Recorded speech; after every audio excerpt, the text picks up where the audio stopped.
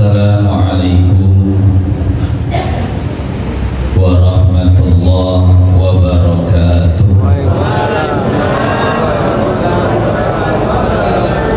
Ila hadratin Nabiyil Mustafa sallallahu alaihi wasallam, thumma ila ruhil imam Syekhul Islam Ahmad bin Husain al-Isbihani wa usulihima wa furu'ihim syai'un lillahi lahumul Fatihah. A'udzu billahi minasy syaithanir rajim. Bismillahirrahmanirrahim. Alhamdulillahi rabbil alamin. Ar-Rahmanir Rahim. Maliki yaumiddin. Iyyaka na'budu wa iyyaka nasta'in. Ihdinas siratal mustaqim.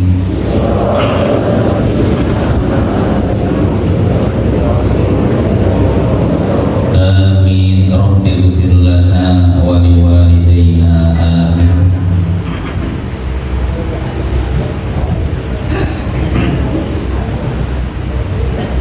Bismillah. Walhamdulillah. Wassalatu wassalamu ala Rasulillah Muhammad bin Abdillah wa ala alihi wa sahbihi wa mawala. Qala ta'ala, qalu subhanaka la ilma lana illa ma 'allamtana innaka antal alimul hakim. Rabbi shrah li sadri wa yassir li amri wahlul 'uqdatam min lisani yafqahu qawli.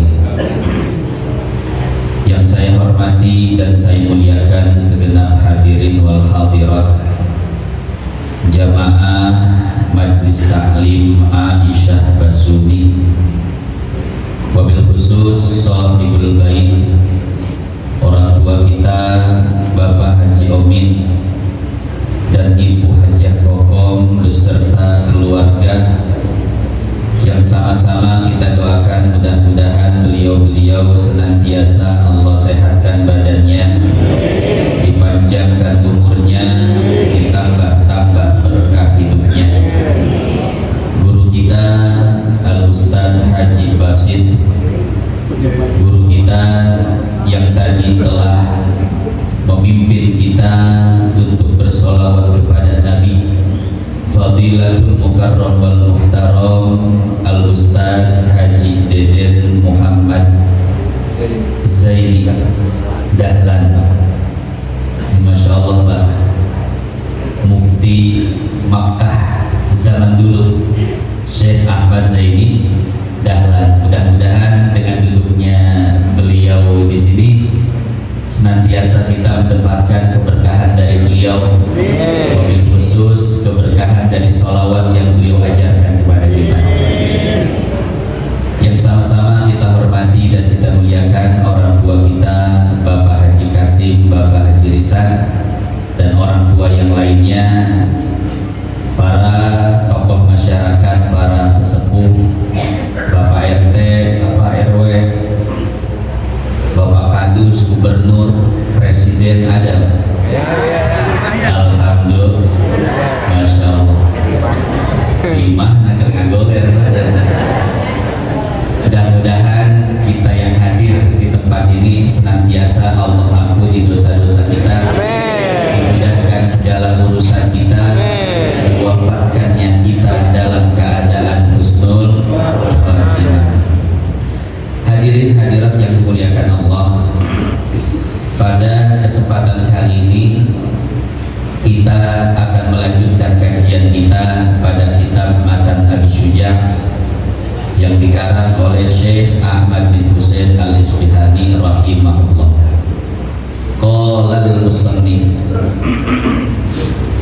pengarang kitab ini mengatakan, faslun, ini adalah sebuah fasal, fi bayani ahkamin najasat wa izalatiha, yang menjelaskan tentang hukum-hukum najis dan cara menghilangkannya.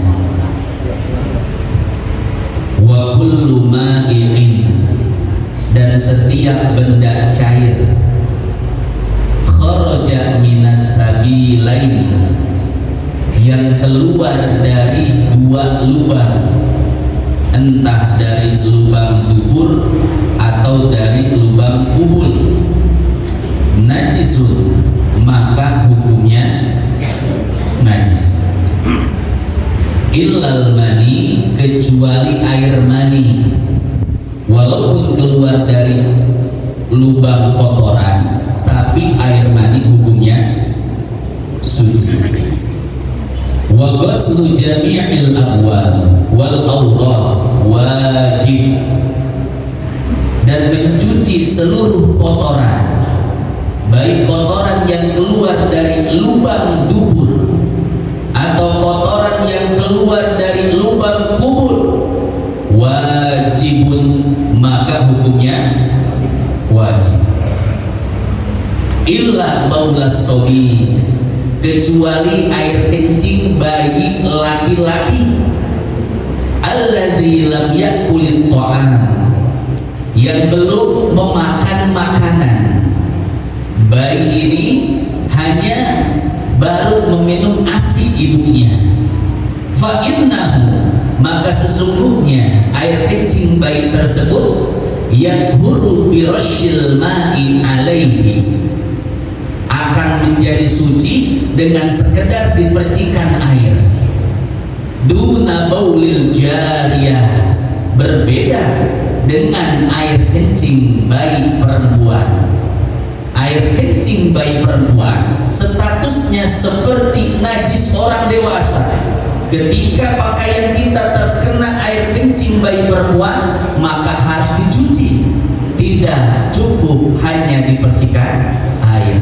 Titik. Sampai situ redaksinya akan kita jelaskan pada kesempatan kali ini.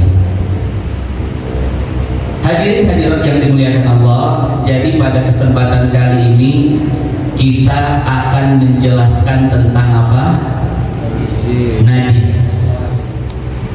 Najis yang akan kita jelaskan itu najis zahir, air kencing, kotoran dari dubur, najis seekor anjing, najis seekor babi, najis bangkai, dan lain sebagainya. Karena memang fikih seperti itu. Nahnu nahkumu bil dhawahir wallahu yatawalla as-sarair. Fikih itu objek vitalnya adalah hukum dhahir. Nah, tapi sebelum kita membahas najis dhahir, maka di sini saya ingin membahas najis batin. Ini kira-kira najis batin yang ada di dalam diri kita. Apa saja Bapak Ibu? Semua penyakit hati yang ada di dalam diri kita itu namanya najis batin. Iri, dengki, hasud, syirik, riya, ujub, takabur, itu semuanya najis batin. Ini yang perlu kita bersihkan sebelum kita membersihkan najis zahir. Batin dulu kita bersihkan, baru zahir. Emang penting ya Pak Ustadz? Penting. Al-Imam Ibnul Qayyim Al-Jauziyah di dalam salah satu kitabnya, beliau mengatakan bahwa luas dan sempitnya kuburan seseorang tergantung bagaimana kondisi hatinya saat di dunia. Apabila kondisi hatinya sempit, maka kuburannya sempit. Tapi apabila kondisi hatinya luas, maka kuburannya nanti luas. Yang dimaksud hati sempit itu karena banyak najis batin, banyak kotoran hatinya. Ada ujub, ada riya, takabur, hasud, iri, dengki, mau kemana-mana enggak jadi. Arek kondangan uang balik deui. Arek ngaji uang teu jadi aya manehna. Jadi loba jelema anu kesel. Kefulan nggak suka, kefulan tidak suka, kefulan dendam, kefulan iri, kefulan dengki. Jadi dunia yang betul-betul luas itu menjadi sempit. Kenapa? Karena hatinya sempit. Ada yang begitu.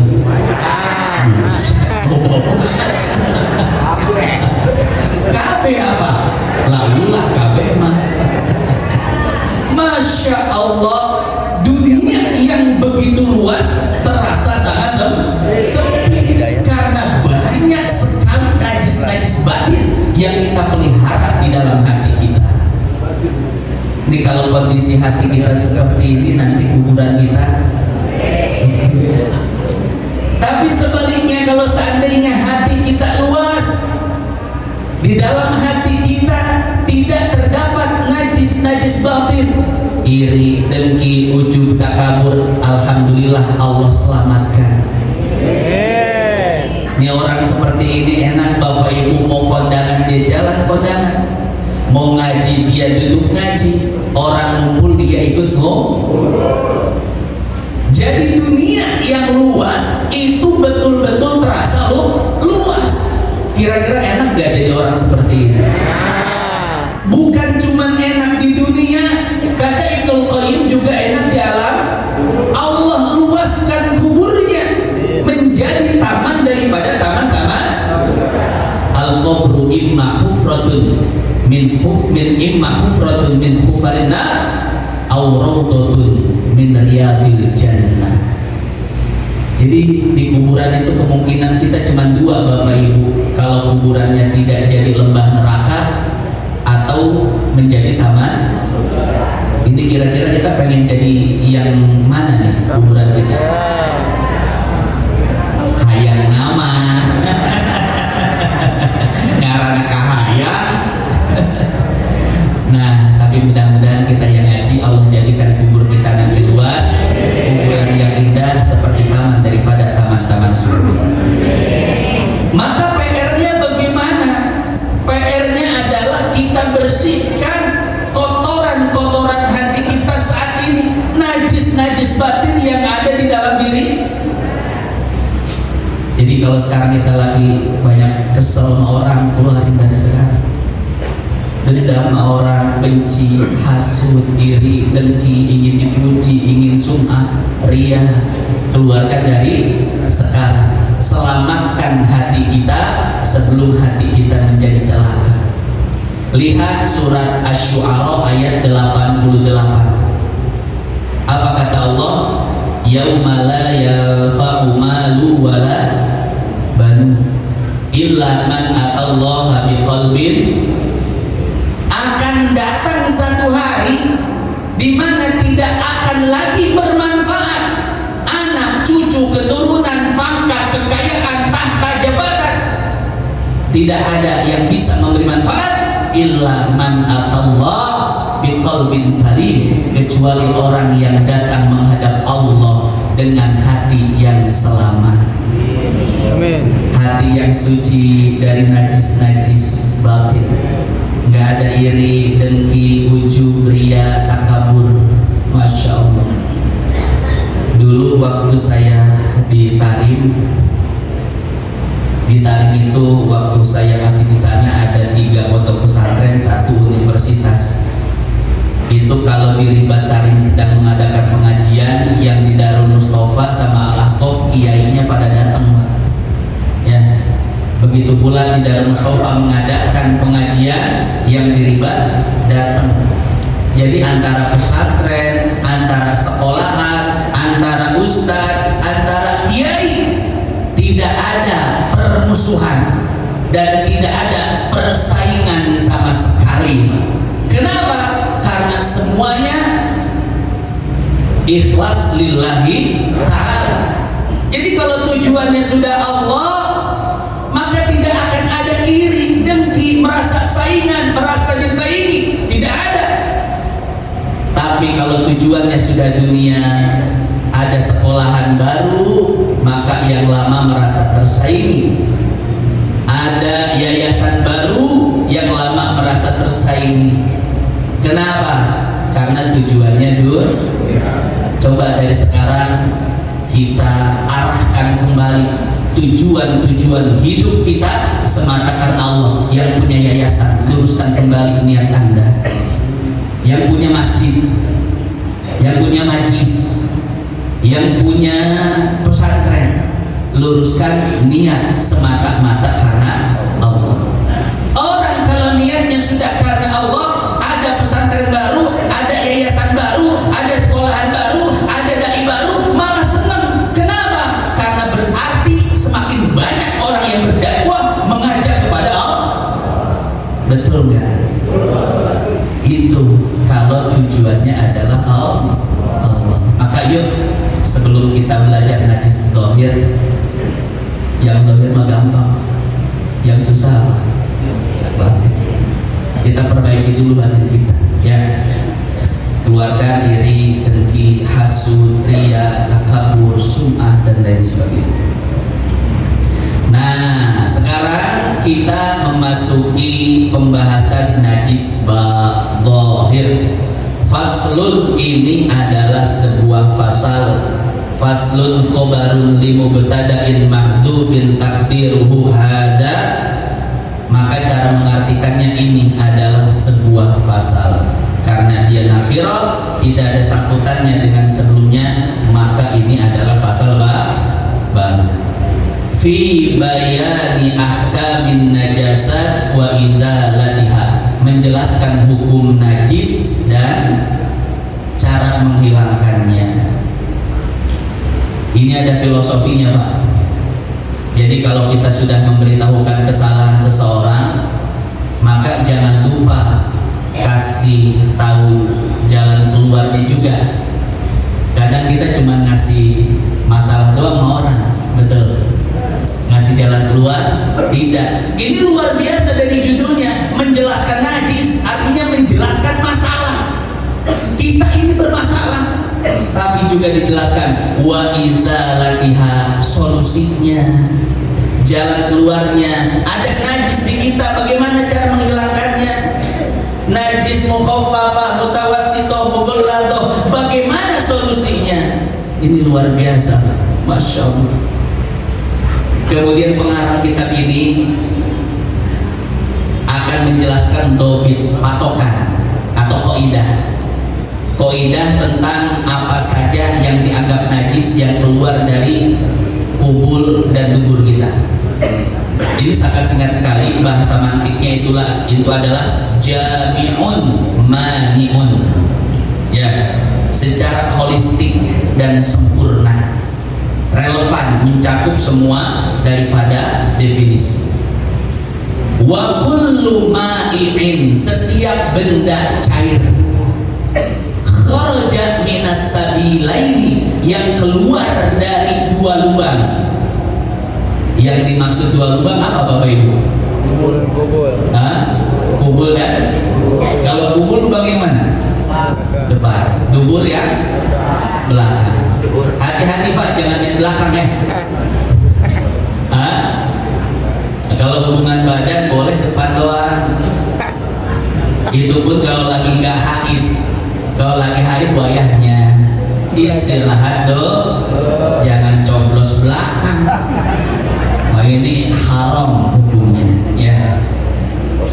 Setiap benda cair yang keluar dari dua lubang najisun, maka hukumnya najis. Illal mani, kecuali air mani, maka sesungguhnya air mani hukumnya suci. Kita jelaskan. Di sini disebutkan wa kullu ma'i'in, setiap benda cair. Artinya apa? Kalau bendanya benda padat maka tidak najis. Saya tanya, kopi luwak Pak, hukumnya apa? Boleh diminum apa enggak? Nah, kan kopi luwak tidak harus kucing lah ya, lain cara. Ya luwak bahasa kitanya cara, sama keren we luwak. Sebetulnya kopi cara enggak? Kan kopi luwak itu prosesnya adalah biji kopi dimakan oleh apa? Cara. Kemudian dipodolkan. Tahu dipodolkan? Mohon sih bahasa Indonesia lagi.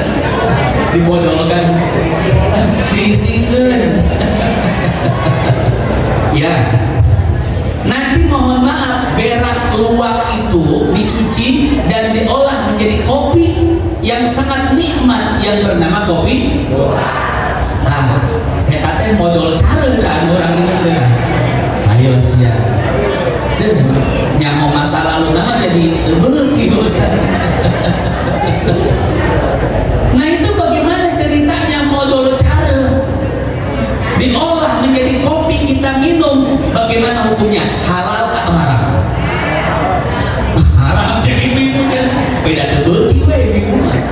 Nu beuki mah mau ngomong haram ieu. Sarua jeung ngarokok.